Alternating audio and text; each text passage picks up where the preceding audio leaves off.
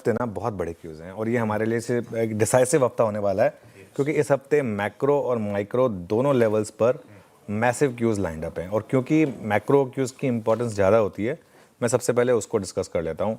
अगर फुटेज है तो चलाइएगा। यूएस के जो इंडिया एम्बेसडर हैं सर्जियो गौर, वो फ्राइडे लेट नाइट भारत आए हैं और सर्जियो गौर ने आते ही स्टेटमेंट दी है कि दो ग्रेट नेशंस के बीच में काफ़ी पोटेंशियल है।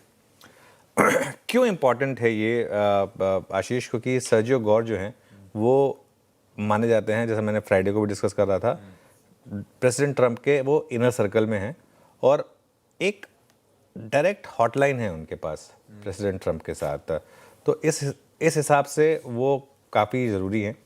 और पिछले हफ्ते अगर आप देखें तो जो इंडो यूएस सेंटिमेंट है उसमें काफ़ी बड़ी गिरावट आई थी। आप मतलब 3-4 कारण रहे थे। पहले तो वो उस बिल की बात हुई जिसमें था कि भी 500% टैरिफ लग सकता है उन देशों पर जहाँ रशिया से ऑयल ले रहे हैं।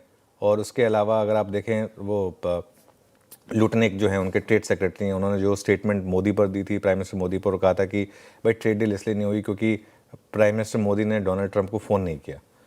तो कहीं ना कहीं वो सेंटिमेंट अगर कोई सुधार सकते हैं मेरे ख्याल से तो वो सर्जियो गौर है।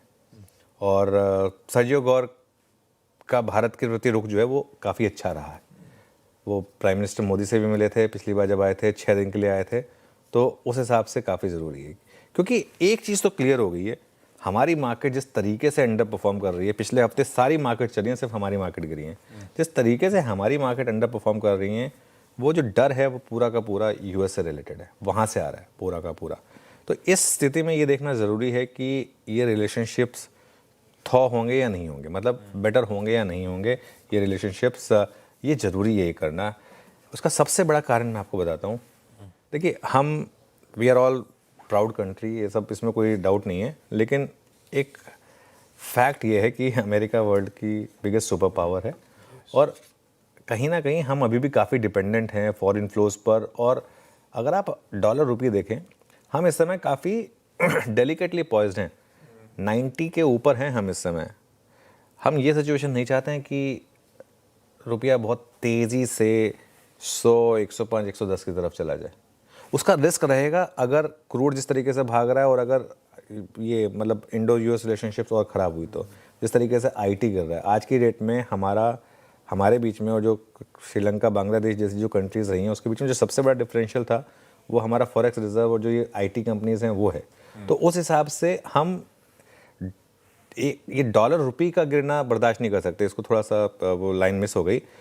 ये डॉलर रुपये का टूटना, यहाँ से और टूटना हम वो नहीं कर सकते।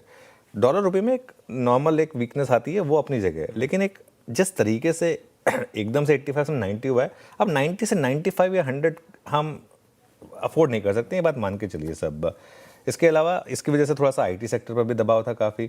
अर्निंग सीजन शुरू हो जाएगा तो उस हिसाब से माइक्रोज काफ़ी इंपॉर्टेंट हो जाएंगे। डीमार्ट के नंबर्स अच्छे थे वैसे, तो होपफुली थोड़ा पॉजिटिव रिएक्शन वहाँ से मिलेगा। आज टीसीएस और एचसीएल टेक के नंबर्स आएंगे। वेडनेसडे को इन्फोसिस के नंबर्स आएंगे, ये इंपॉर्टेंट है। और उसके बाद आई थिंक फ्राइडे और सैटरडे, अगला मंडे हम रिएक्ट करेंगे। फ्राइडे को आएंगे रिलायंस के numbers post market hours, Saturday को आएंगे एचडीएफसी बैंक और आईसीआईसीआई बैंक के नंबर्स। इसका मतलब इस महीने के एंड तक निफ्टी के वेट का 30% आ चुका होगा। 30% हो चुकी होगी, कैसा मोर और लेस एटलीस्ट बड़ी कंपनियों की पिक्चर क्लियर हो चुकी होगी। 30% के करीब का वेट आ चुका, का रिजल्ट आ चुका होगा। तो उस हिसाब से ये मार्केट के लिए काफ़ी एक सॉर्ट ऑफ डिसाइसिव वीक होने वाला है। डिसाइसिव